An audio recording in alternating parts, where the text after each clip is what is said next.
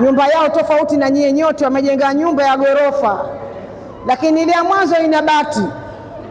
Sasa sijui ameunganisha vipi, kesha na huku juu kaka nyingine nao pia ina bati. Sijui mmeona hivi ilivyo Sasa hebu atueleze sasa wamekusudia nini nyumba yake maajabu. Bismillah. Asalamu alaykum warahmatullahi wabarakatuh. Engineer nani? Na mimi namtaka huyu. Nyumba yetu tumejenga kubwa kwa sababu kukaa familia zaidi ya umoja na kuongeza upendo katika jamii ya Waislamu. Kwa hivyo hii nyumba hii inawezekana nyumba ikawa hivi kwanza. Yaani ukajenga nyumba ukatia bati alafu juu kaeka na nyumba nyingine Sawa. Alafu nyewe mmeandika kwamba watu wanavyoishi katika familia. Wao wanasema watu wanavyoishi. Ina maana hizi familia mbovu.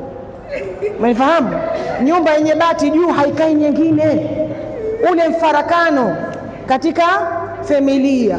Kwa hivyo wao nyumba yao group namba ngapi hilo? Namba 1. Namba 1. Group namba 1 wameandika wao ni ujenzi wa familia, lakini itakuwa ujenzi mbovu. Ujenzi wa familia. Huwezi kujenga nyumba ukaitia bati alafu tena juu ukaweka nyumba nyingine, inakuwa ile fitna zile. Itaanguka tu ile nyumba juu, itakaa kwanza. Haiwezi kukaa nyumba juu ya bati jamani. Haya, wamejitahidi na wao, lakini takbir.